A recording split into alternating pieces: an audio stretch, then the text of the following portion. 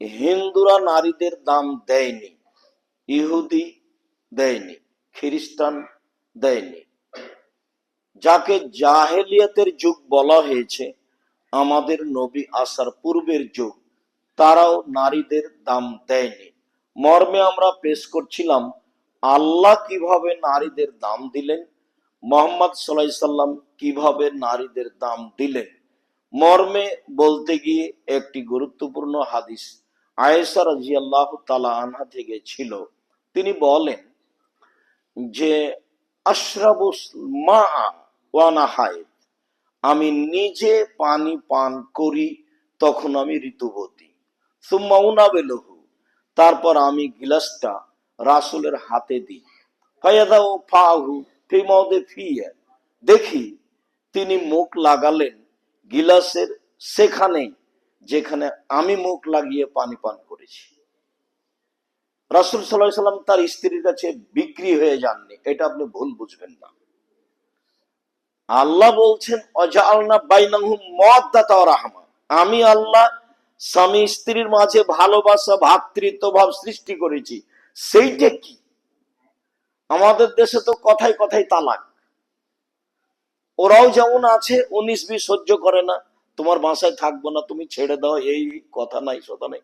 মাস 6 মাস বছর চলছে, কথা বলে না স্বামীর সাথে, খুব ঘুরছে, ছেলে আছে, মেয়ে আছে, ছেলের বন্ধুরা আছে, মেয়ের বান্ধবীরা আছে, আত্মীয় স্বজন আছে, তার সাথে চলছে, সংসার কাটাচ্ছে। স্বামীর আর কি প্রয়োজন? এমনটা গতিবিধি তাদেরও আছে, এমনটা গতিবিধি পুরুষেরও আছে। সামান্য 19-20 হলে তাকে গালি দেওয়া, মুখ খারাপ করা, এইটা পারিবারিক জীবনে যেন না আসে, সেই কথাটা আল্লাহ বললেন যে আমি তাদের মাঝে ভ্রাতৃত্ব ভালোবাসা সৃষ্টি করে দিয়েছি। তো তাদের মাঝে যে আল্লাহ করে দিয়েছেন, তো আল্লাহ কি নিজে এসে দেখাবেন? মুহাম্মদ সাল্লাল্লাহু আলাইহি সাল্লাম বাস্তব দেখালেন, তা আমি আপনি সেভাবেই দেখাবো, এটা আমাদের জিম্মেদারি। আপনি যদি এখন বলেন আমার স্ত্রী তো আমাকে সহ্যই করে না, পানি এভাবে খাওয়া তো বহু দূরের কথা, কতদিন থেকে আমাকে পানি দেয়নি সেই হিসাবে। এখন বিবেচনা আপনার কাছে। এত ভালোবাসার পরেও তালাকের বিধান আল্লাহ দিয়েছে, এত ভালোবাসার পরেও বুঝের জন্য 90 দিন সময়ও দিয়েছেন, যাতে করে মানুষ তাড়াতাড়ি বিপদে না পড়ে। আয়েশা রাদিয়াল্লাহু তাআলা আনহা বলেন ওয়া আতারাকুল আরকা ওয়া আনা হায়েদ, আমি নিজে একটা গোশত দাঁতে ছিঁড়ে খেতাম। আয়েশার নিজস্ব বিবরণ, হাদিস বুখারী মুসলিম। তারপর আমি গোশতের টুকরা রাসূলের হাতে দিতাম। ফায়াদাউ ফাহু ফি মাউদি ফিয়া, আমি দেখেছি গোশতের ওখানেই তিনি মুখ লাগিয়েছেন যেখানে আমি মুখ লাগিয়ে গোশতটা ছিঁড়ে খেয়েছি।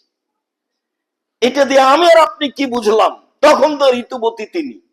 ইহুদিতে বলছে ওকে বাড়িতে রেখে আসো, ছাই তোলা প্লেটে খেলে দাও, ওই প্লেটটা দিয়ে গিলাসটা দিয়ে ময়লা লেগা আছে, যেটা রুচি হয় না।